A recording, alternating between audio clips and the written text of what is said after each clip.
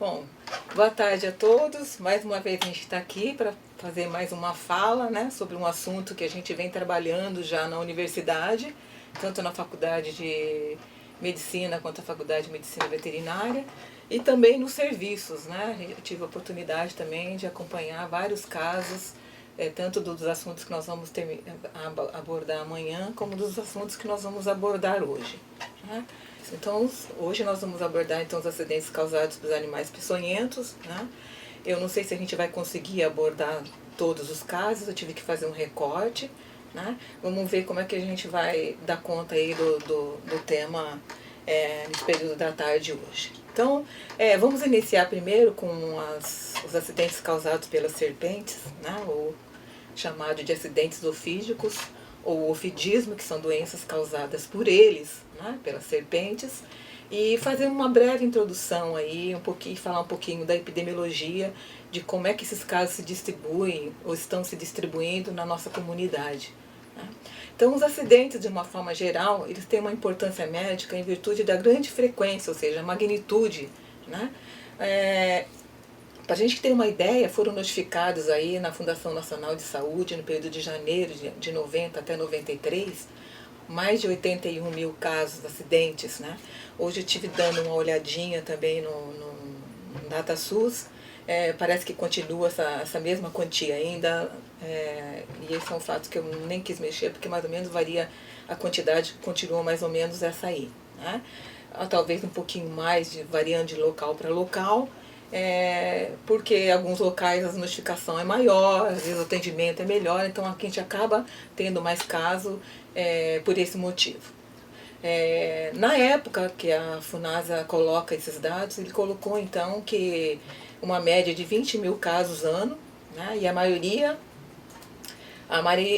na região sudeste. A ocorrência, então, dos acidentes ofídicos, ela está relacionada, né, à aparência, à ocorrência ou à incidência, né? Ela tem ocorrido bastante numa época que varia aí de setembro até março, mais ou menos. E não tem muita variação aí da região aqui do sul e sudeste. E lá para cima parece que também obedece essa mesma distribuição.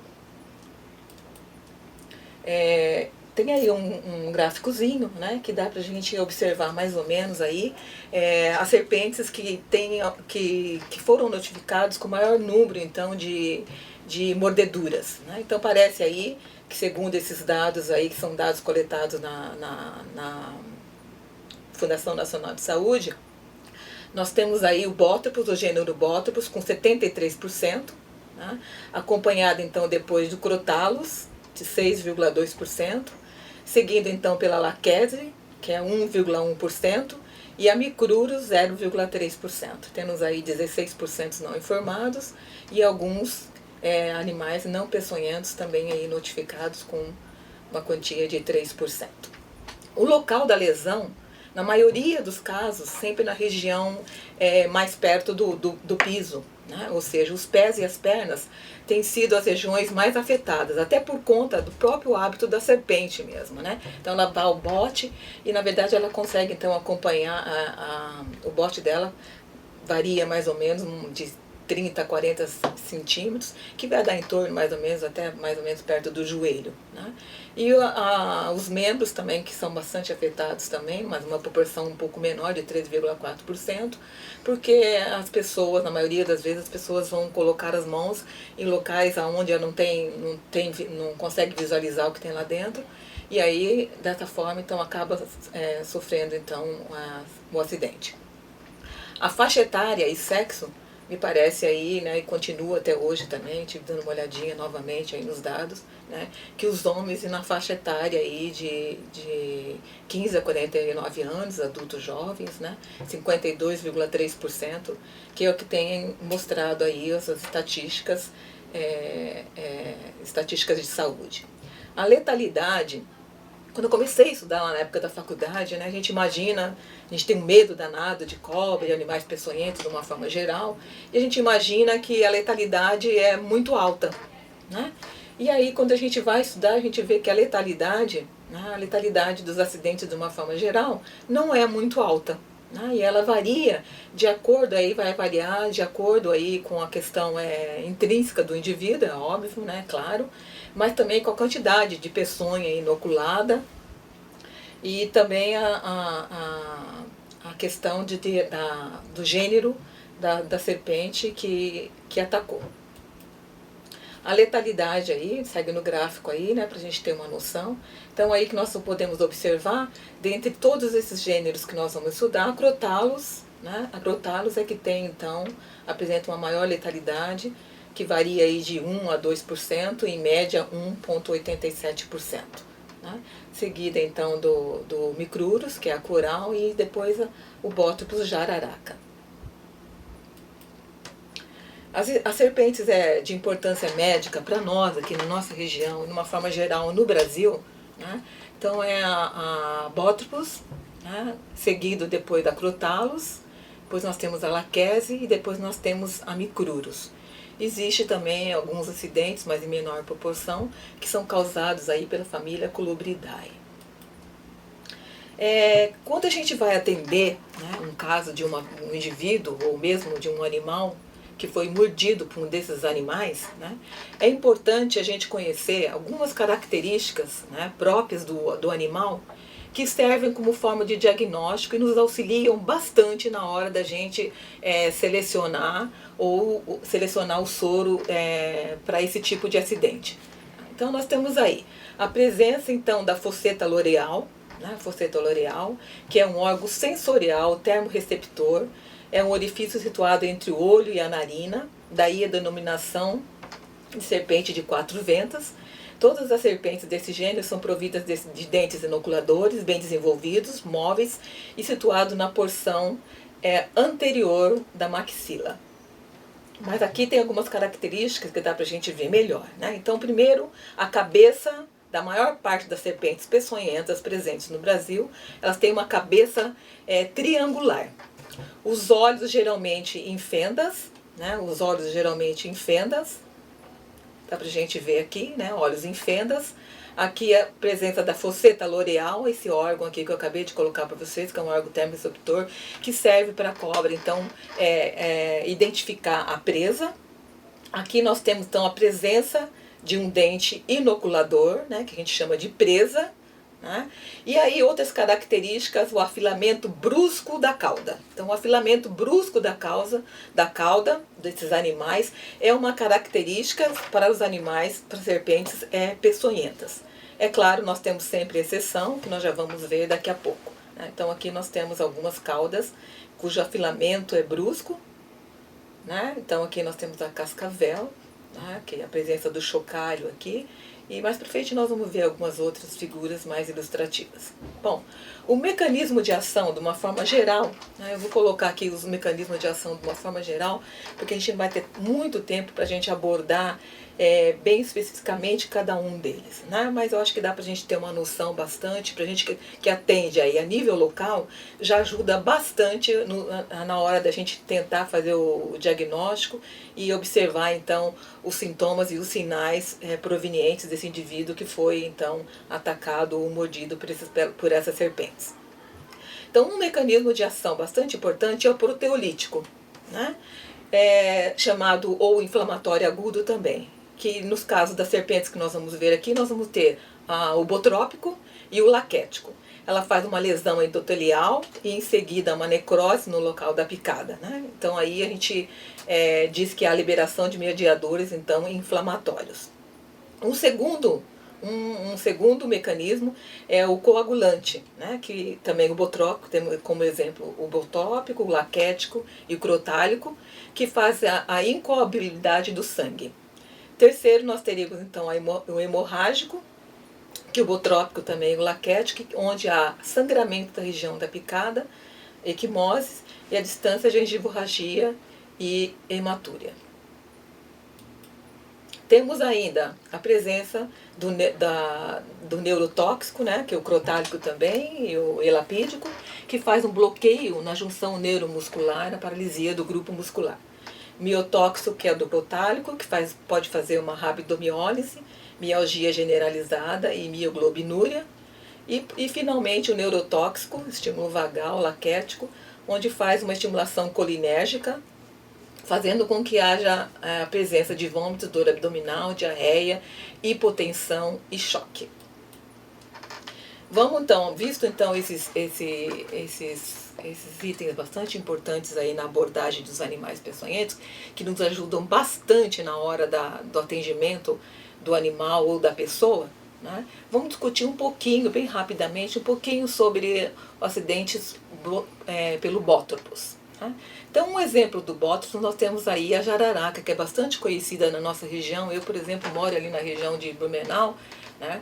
A gente tem a presença muito grande desse exemplar da jararaca, né? Da jararacuçu, bastante presente na nossa região e também bastante presente até na cidade. Né? Então ela corresponde ao acidente ofídico de maior importância epidemiológica, até porque ela é mais incidente.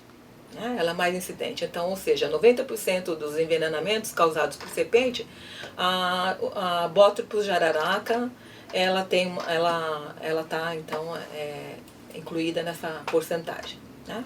Então a ação do Bótropos jararaca, então ela tem uma ação proteolítica, ela tem uma ação coagulante, tem uma ação hemorrágica, e proteolítica, hemorrágica, coagulante e hemorrágica, né? Cujas manifestações locais podem ser, no local da lesão, dor e edema. O edema justamente por causa da ação proteolítica, nós temos um extravasamento do líquido intracelular, né, para fora, por meio extracelular, fazendo com que haja então o edema e consequentemente a dor, né? Então esse líquido comprime então as terminações nervosas, fazendo com que haja então a presença bastante importante da dor, né? Que vai variar aí de acordo com os indivíduos. As marcas da picada nem sempre são visíveis justamente por causa do edema, né? Então o edema acaba comprimindo esse orifício e aí então pode então passar desapercebido a presença então ou não dessa presa. Assim como também o sangramento nos pontos de inoculação das presas. Pode aparecer então bolhas com conteúdo sero-mucoso ou sero-hemorrágico, podendo surgir então na evolução e dar origem então à necrose cutânea. Né?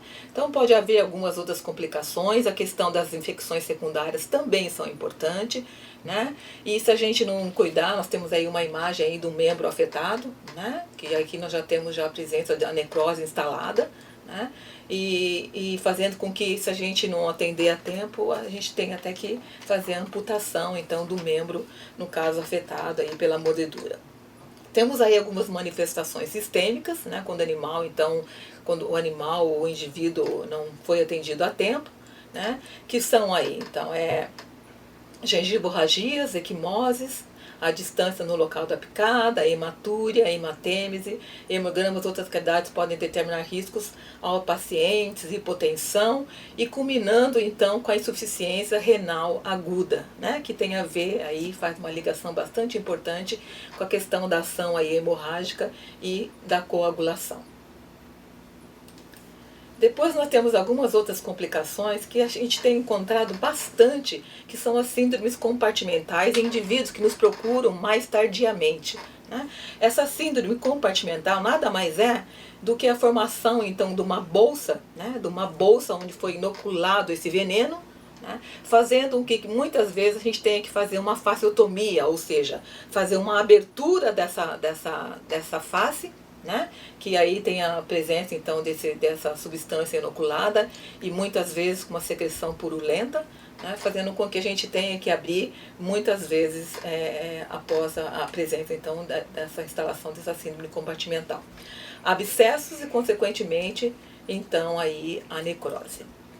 Nós podemos ter então complicações sistêmicas como choque e a própria insuficiência renal aguda que eu então acabei de falar para vocês. Bom, o diagnóstico laboratorial, de uma forma geral, né, nos animais, não há necessidade de a gente fazer, porque a gente tem que fazer o atendimento ali na hora, né, e pesquisa de toxina no sangue é muito pouco utilizada, né. Para nós, na epidemiologia, na vigilância epidemiológica, ela não tem um valor preditivo muito significativo. Olha, nos acidentes laquéticos, botópicos, cortálicos, exames de coagulação devem ser realizados para confirmação do diagnóstico, ou seja, verificar o tempo da coagulação. Né? E isso é bastante importante e são exames bastante simples que a gente pode fazer até na própria unidade de saúde. Bom, tratamento. Tratamento de uma forma geral, né? A gente tenta, então, deve ser realizado na tentativa de neutralizar a peçonha injetada ou a toxina injetada. Então, no momento, e desde sempre, né, desde que eu estudei até agora, trabalhando nos serviços, o que nós temos aí com uma eficácia bastante grande são os soros específicos para cada tipo de serpente. Né? Então, no caso do bótricos, nós temos então que fazer a aplicação do soro, né, antibotrópico. Mas aí eu coloquei aí algumas dosagens, né, mas eu acho que não há necessidade de vocês se preocuparem quanto a isso, porque esse material está bastante disponibilizado no Guia de Vigilância Epidemiológica, que é um material acessível a todas as unidades de saúde. Né? Mas aí, só para a gente discutir um pouquinho, aí em casos leves a gente faria então o que a gente consideraria, então, quadro leve, né? Então, quando a gente tem um quadro instalado, um quadro discreto instalado, com sangramento em pele ou mucosa, né? E distúrbio de coagulação, então a gente, né? Um quadro discreto disso aí, então a gente aplicaria aí de 2 a 4 ampolas, né?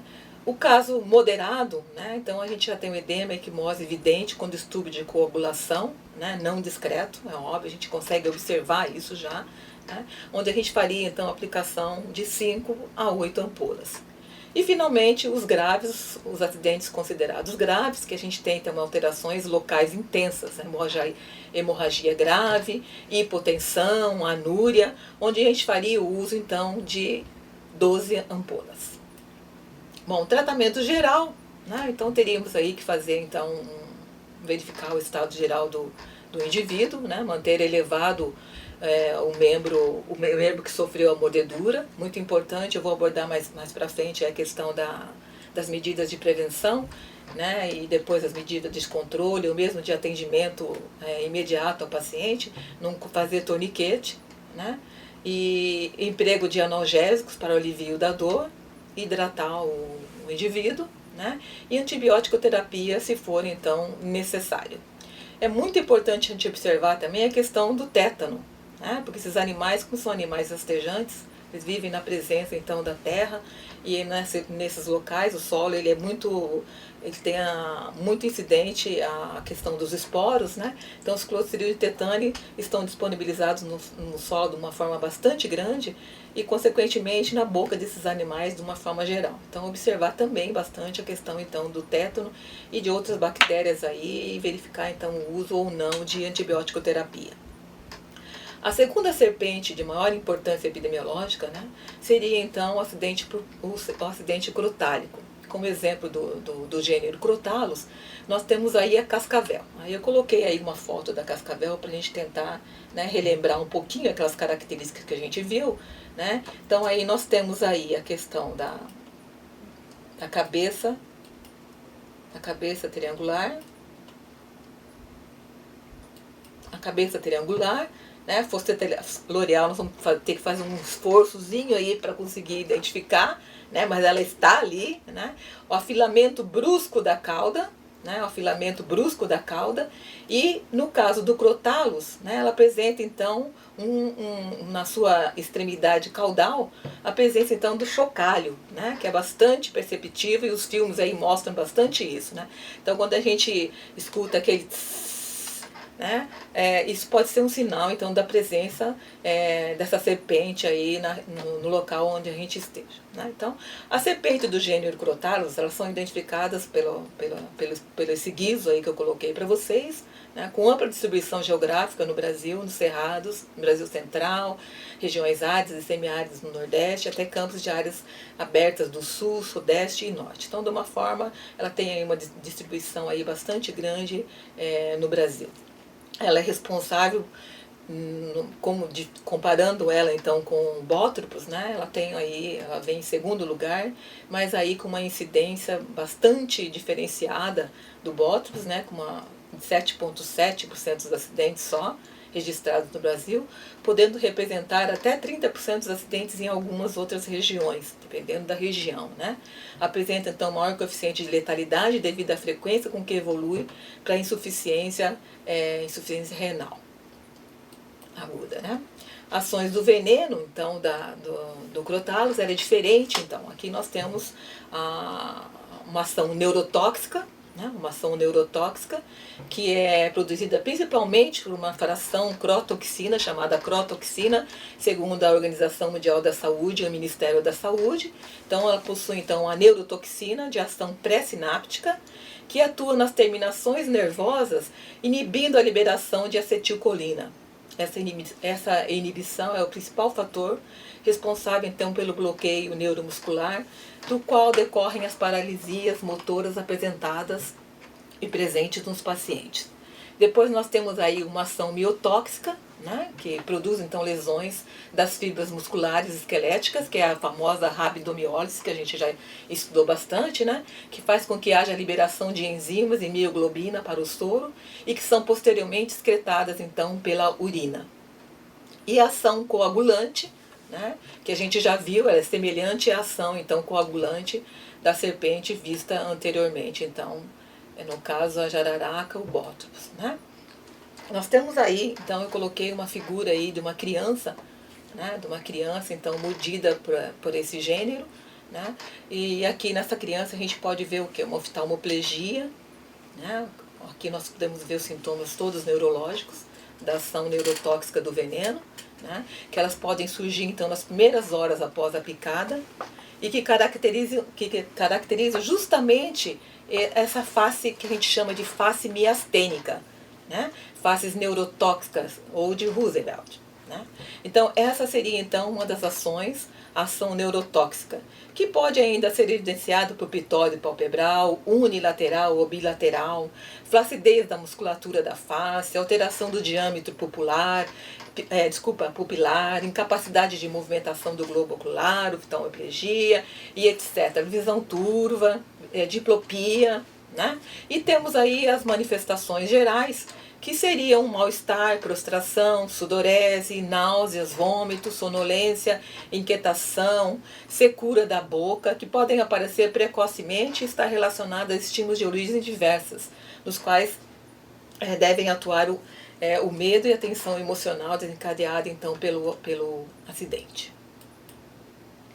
Aqui a ação das quebras das fibras musculares, então, né? Então a ação miotóxica que provoca então as dores musculares generalizadas, as famosas mialgias, e que podem aparecer precocemente. Então a fibra muscular esquelética é lesada e libera a quantidade variável de mioglobina, que são excretadas pela urina, causando a mioglobinuria, né? Que é aqui, a gente pode observar aqui. Então a urina com aspecto de chocolate, né? Então a urina fica com um aspecto bastante escuro, né? E aqui então o acompanhamento então, do indivíduo sendo tratado até ele obter então uma coloração, né? Mais clara, que é o que a gente chama então de coloração normal. Distúrbio então de coagulação, que deve haver a incoagulabilidade sanguínea e aumento do tempo da coagulação.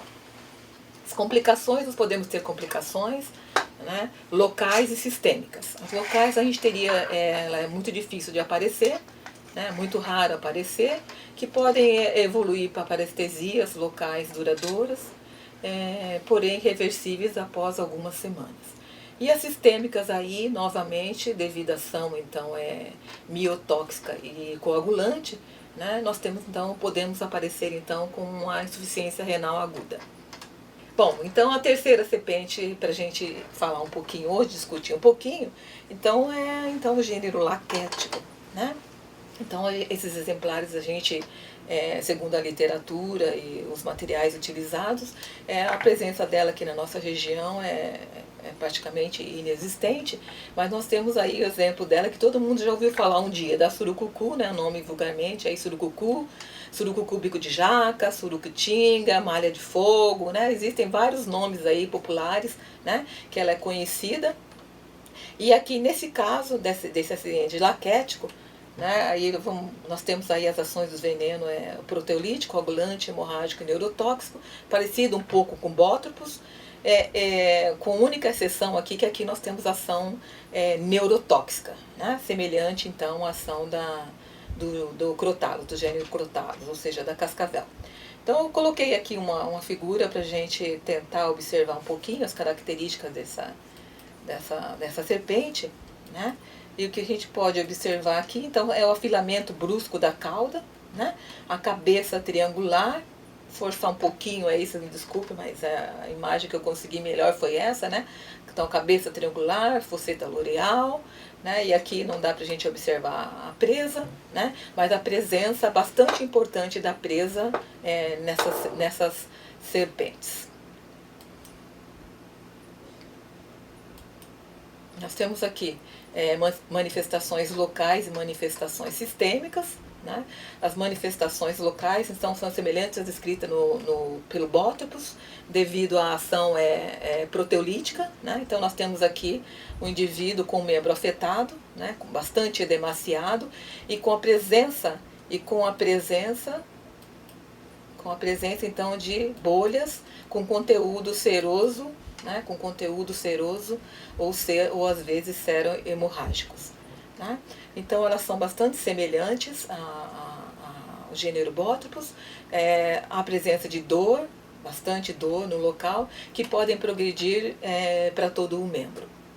Essas vesículas e as bolhas, elas podem surgir tanto nesse gênero como no outro gênero já visto, né? E aqui as manifestações sistêmicas um pouquinho mais difíceis de aparecer, porque normalmente os casos quando aparecem para nós, geralmente em tempo hábil, né? bem imediatamente após a mordida, né? Dificilmente eu, por exemplo, não tenho experiência com casos muito tardios. A maioria deles foram picados ou mordidos, no caso das serpentes, isso nos procuraram bem rapidamente, né?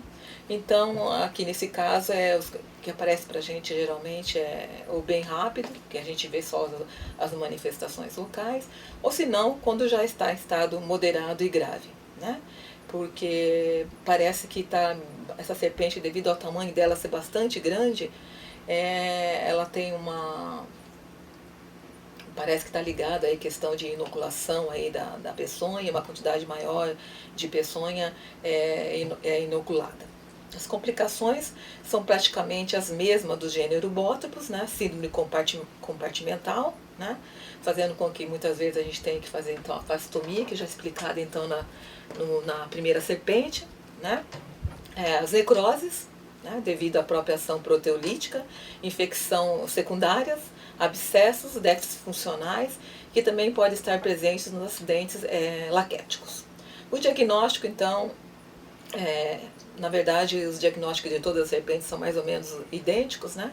A gente mais o diagnóstico epidemiológico e a questão do diagnóstico clínico, de observar então as lesões identificadas no indivíduo, e os tratamentos também da mesma forma, né? Com soro então específico para essa serpente. Né? Então vamos lá um pouquinho. Quando a gente tem então acidentes moderados, com quadro local presente, podendo haver sangramento, sem manifestações vagais, é indicado então, segundo o Guia de Vigilância Epidemiológica, 10 ampolas. Né? Como nós temos casos graves aí com quadro local intenso, hemorragia intensa, com manifestações vagais, 20 ampolas. E agora vamos discutir um pouquinho sobre o último gênero que a gente vai falar hoje, então a Rilapídico, né, ou gênero Micrurus ou Leptomicrurus, cujo exemplo aí nós temos aí a coral, né? Já coloquei até aí um exemplar dela, acho que todo mundo já teve a oportunidade de ver na nossa região do Médio Vale do Itajaí, Baixo Vale do Itajaí, a presença dela é bastante grande, né?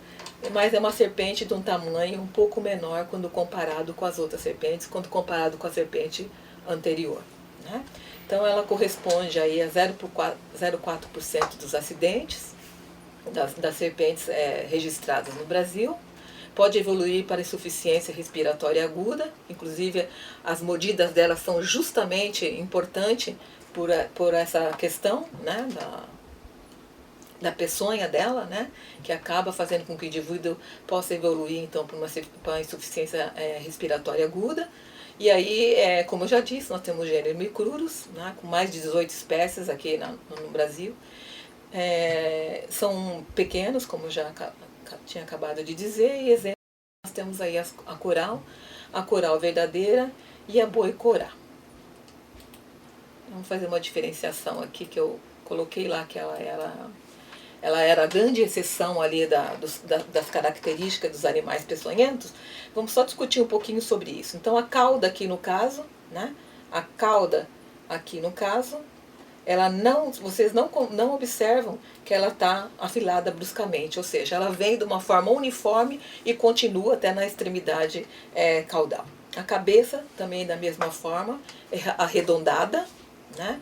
O dente, a presa dela é bastante rudimentar, é bastante pequena e é também localizada na parte mais interna da cavidade oral, e a abertura dela, né, não é uma abertura tão grande quanto a das outras serpentes, dificultando então a mordedura, o ato de morder, e a presa, devido a ser mais rudimentar, menor e numa região mais interna da boca, dificultando então a penetração da presa, consequentemente evitando aí a inoculação da peçonha.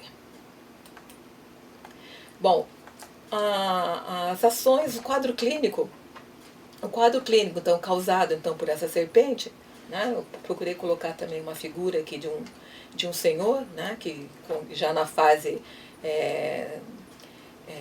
nervosa, porque não se conhece muito bem a ação aí do veneno. Sabe-se que tem então a NXT, que é a ação pós-sináptica, né, que existe em todos os venenos elapídicos, até agora estudado, e em razão de seu baixo peso molecular, podem ser rapidamente absorvidas para a circulação sistêmica, difundidas para os tecidos, explicando então a precocidade dos sintomas de envenenamento.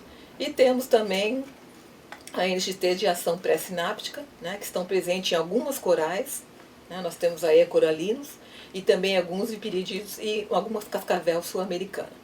Então, eles atuam na junção neuromuscular, bloqueando a liberação da acetilcolina pelos impulsos nervosos, impedindo então a deflagração do potencial de ação. Então, voltando aqui nesse slide, né, nós temos aí as manifestações locais, a discreta dor local na hora da mordedura, né, geralmente acompanhada de parestesia com tendência à progressão proximal. E as manifestações sistêmicas, podendo aparecer vômitos, fraqueza muscular progressiva, e ocorrendo aí pitose palpebral, que é que a gente pode observar aqui nessa figura, né? A pitose palpebral, oftalmoplegia, e a presença então de face miastênica, né?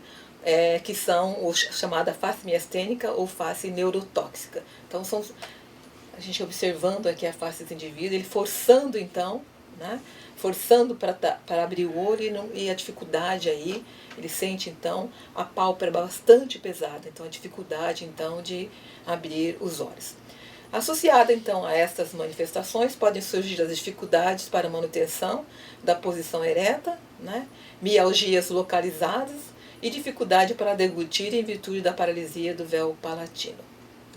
A IRA, a insuficiência respiratória aguda, também é uma complicação bastante importante, então, no caso então, dos acidentes causados pelo micrurus, leptomicrurus ou coral. Né?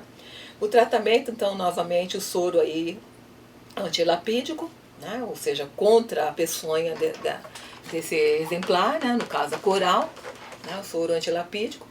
Considerar então todos os casos potencialmente graves pelo risco, né, considerar e observar bastante a questão da insuficiência respiratória, né, e nesse caso então a indicação seria então de 10 ampolas. Geralmente os acidentes causados por essa serpente são sempre, ou pelo menos na maioria das vezes, considerados graves. Tá? Eu fiz algumas considerações aqui, né, a questão da aplicação do soro, né, que deve ser por via intravenosa, podendo ser diluído ou não em solução fisiológica ou glicosada. Né?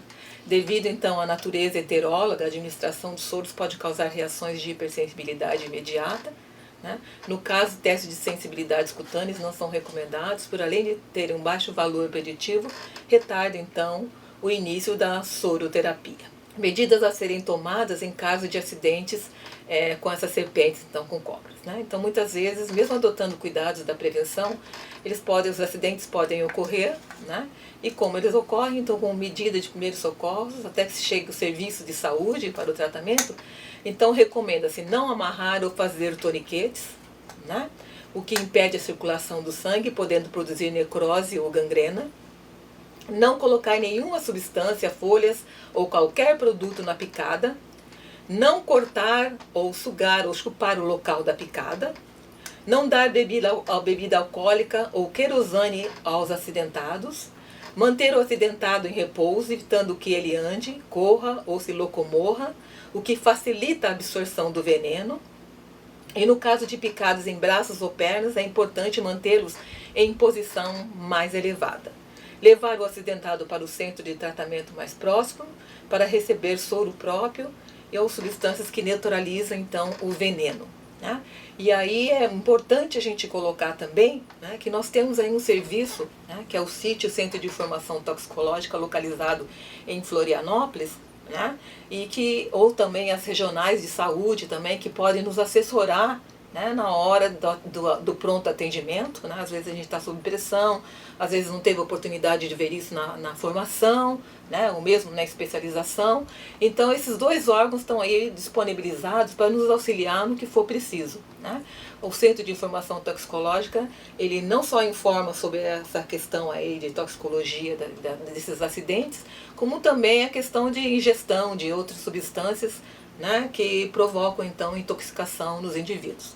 Eu acho que todo mundo, acho que todo o serviço de saúde deve saber isso aí, se não procurem aí com a chefia de vocês, né? Ou senão a gente pode acessar através do 0800 também. Então eu acho bastante importante fazer essa colocação, mas também antes de eu finalizar, eu também gostaria de colocar que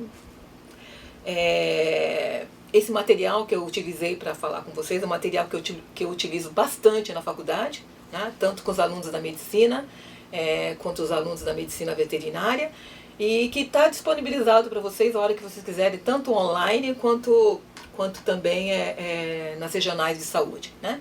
Que é então o guia de vigilância epidemiológica, que vai nos ajudar aí inclusive a fazer a questão do controle de foco e as formas de prevenção e controle, que eu não tive tempo de abordar muito hoje, mas amanhã, quando estiver falando sobre as mordeduras de animais domésticos, eu vou poder abordar um pouquinho mais, e talvez em outra oportunidade a gente possa vir falar um pouquinho mais do erucismo, né, que são acidentes causados pela lonomia, que hoje não foi possível a gente falar, e acidentes causados também por picadas de algumas aranhas, né, Então, se for possível, uma outra vez a gente vem aqui para discutir um pouquinho com vocês, ou eu, ou qualquer outra pessoa aí que trabalha, que tenha um pouquinho de vivência ou que trabalha com esses tipos de agravos e doenças, tá? Então era isso que eu tinha para falar para vocês hoje. Agradeço a presença de todos. Então aqui o pessoal de São Miguel da Boa Vista já deixou uma pergunta para nós. Bom, não temos hospital no município, portanto temos um município vizinho que é a referência. No entanto, quando acontecem casos de acidente com serpentes em pacientes residentes na cidade, não somos comunicados sobre o caso, sobre o paciente. Como sugestão, como deveríamos proceder neste caso? Pois é. Essa é uma dificuldade que a gente tem no serviço, né? Eu tive a oportunidade de trabalhar quase 30 anos no serviço, eu sei que a gente tem essa dificuldade, bastante prevalente no nosso meio, né? Bom, a minha experiência, né, com esse tipo de atividade é que a educação sanitária, ela vem em primeiro lugar, né? A educação sanitária, ela é muito importante, né? Nós temos que pegar os meios de comunicação, né, ir para o rádio, ir para a televisão. O rádio ainda é bastante escutado nas cidades pequenas e nas escolas, e divulgar esse tipo de problema, esse tipo de evento, né? Dizer que a gente tem um atendimento, que nós temos atendimento, ele tem que ser notificado, a gente tem que ser procurado, porque se a gente for procurado, a gente não tem como a gente adivinhar, né? Mas eu acredito que a partir do momento que a gente faz uma divulgação desse tipo de serviço, vocês vão ver como a demanda vai aumentar bastante, né? E aí, no caso de vocês não terem hospital para fazer a aplicação do soro, que ela deve ser realizada, né? Deve ser realizada em hospitais justamente por causa dos eventos, dos problemas que podem ser oriundos dessa aplicação, né? Como choque anafilático, doença do soro, ou a própria reação anafilactoide, né? Nesse caso da gente não ter hospital, eu acho que tem que conversar com o regional de saúde, até o nível central, né? De ter que fazer na unidade de saúde. Eu, por exemplo, já tive a oportunidade de trabalhar muito no campo, né? E a gente não teve como fazer diferente, nós tivemos que fazer lá, né? Só que daí a gente tem que estar preparado, né? Ter lá os medicamentos, né? Se ocorrer algum problema adverso decorrente da aplicação do soro, né? A gente tem que ter lá todo um suporte necessário para tirar então o indivíduo desse evento, né? Mas eu penso que a divulgação e a educação, através da educação sanitária, ainda é o que funciona e que tem funcionado. Então fazer divulgação nas escolas, nas comunidades rurais, tem líder comunitário, fazer então uma divulgação bastante ampla que eu penso que pode melhorar bastante a eficiência do serviço. Pessoal de Fraiburgo, todos os hospitais estão preparados para receber uma vítima de picada de cobra, indiferente da espécie? Pois é. Essa é uma pergunta difícil da gente responder, né? Deveriam estar, né? Deveriam estar, e se não estão, né? Cabe às regionais de saúde prepará-los, né? Mas eu acredito que deve estar, né? Na nossa região, a gente já fez um trabalho bastante grande lá com os hospitais, né? E como o agravo tem que ser notificado, nós temos lá um grupo que fica de plantão, né? E se eles não conseguem resolver o problema, eles nos chamam e aí a gente ajuda a fazer o atendimento, né? E se eles não estiverem preparados também, aí tem os outros órgãos que eu já coloquei para vocês, né? Pedir ajuda ao CIT, por exemplo, que é o Centro de Informação Toxicológica, que ajuda bastante, gente, que pode nos ajudar bastante aí, né? E eu tenho, pela minha experiência também, os bombeiros também. Sabe, os bombeiros, eles têm um conhecimento muito importante sobre esses agravos, né? Até, na verdade, a primeira vez que eu fiz um curso de acidentes causados por animais peçonhentos, eu lembro que eu estava fazendo faculdade ainda, né? Foi um curso oferecido pelos bombeiros, né? Então eles têm um conhecimento bastante bom e bastante importante sobre isso. Já que muitas vezes eles também vão até fazer a captura desses animais na nossa residência. Então, não sei se eu consegui aí responder, mas a minha experiência eu coloco dessa forma aí, né? Toda vez que eu tive problema, foram esses órgãos que eu pude pedir ajuda. Bom, Videira pergunta: a picada de animais peçonhentos pode causar insuficiência renal aguda? E se a pessoa já for renal crônica, é indicado diálise cogo após? Bom, o problema é o seguinte, né? Na verdade, a insuficiência renal aguda, tanto a insuficiência renal aguda quanto a insuficiência respiratória aguda, elas são decorrentes, então, da ação da peçonha, né? Da ação da peçonha, né?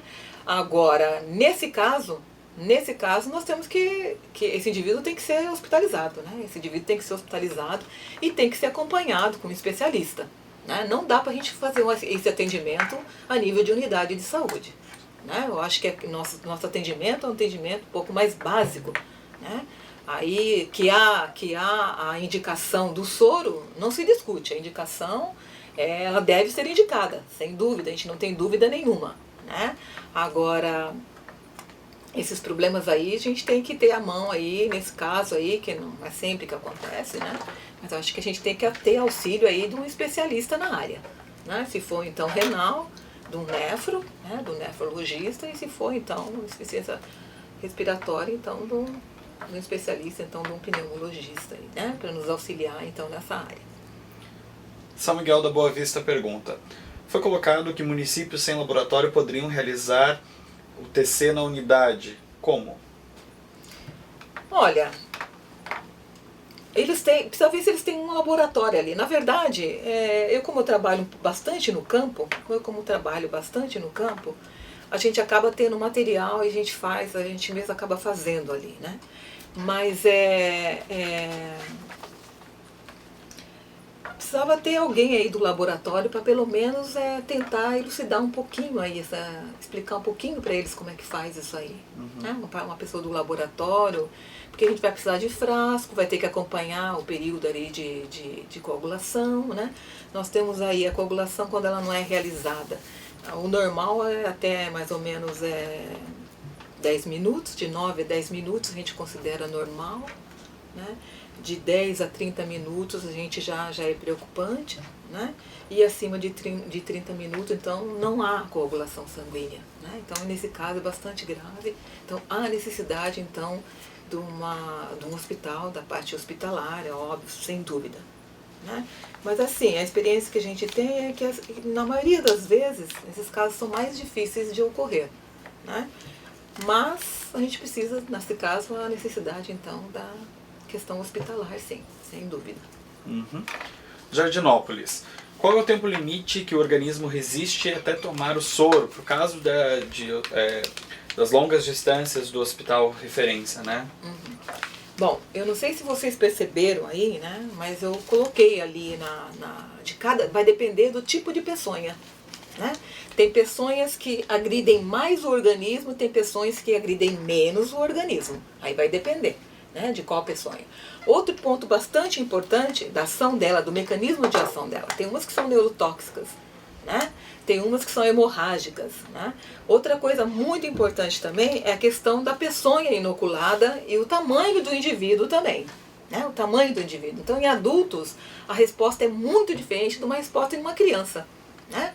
Porque ela é proporcional à dose injetada, né? Então, muitas vezes a gente pega uma criança, né, por exemplo, mordida por uma coral, né, de 1 a 2 horas a gente já tem os sintomas instalados, a gente já pode ter os sintomas instalados, né? E podemos ter casos em adultos que demoram um pouco mais, né? Mas no caso, com esse exemplo que eu peguei justamente da coral, né, não tem muita diferença não, né? Mas vamos pegar aí o bótulus de jararaca, por exemplo, né? Muitas vezes a quantia de peçonha foi tão pequena que às vezes fica só nas manifestações locais mesmo, né? Não necessitando às vezes de maiores. Agora, o que a gente considera tardio de uma forma geral, né, é mais de 24 horas, um dia, 2 dias. Por quê? O que deixa a gente consegue neutralizar, mas só que as ações do veneno já foram realizadas, né? Então nós a gente já pode ter um quadro, por exemplo, de um edema bastante importante, né?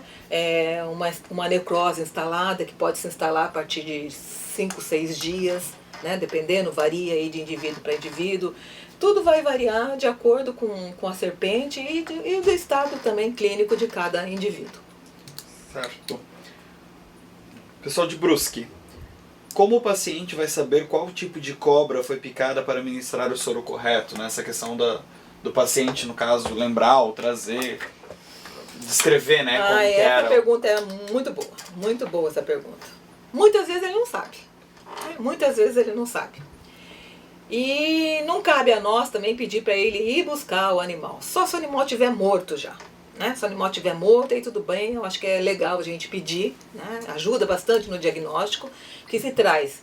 E mesmo que a gente não consiga identificar, né? Mesmo que a gente não consiga identificar o animal, a gente pode pedir ajuda àqueles órgãos que eu já coloquei, né? Então eu estou com uma serpente aqui, ela tem essa e essa característica, ela está parecida com qual? Ela é similar a qual? Então, bom, podemos pedir ajuda então para as regionais, para o próprio CIT, né, o Centro de Informações Toxicológicas, né? Agora, pedir para ele trazer os animais é bastante complicado, porque às vezes o animal está vivo, na hora dele capturar o animal ele acaba sendo agredido novamente, né? Então a gente não costuma fazer isso.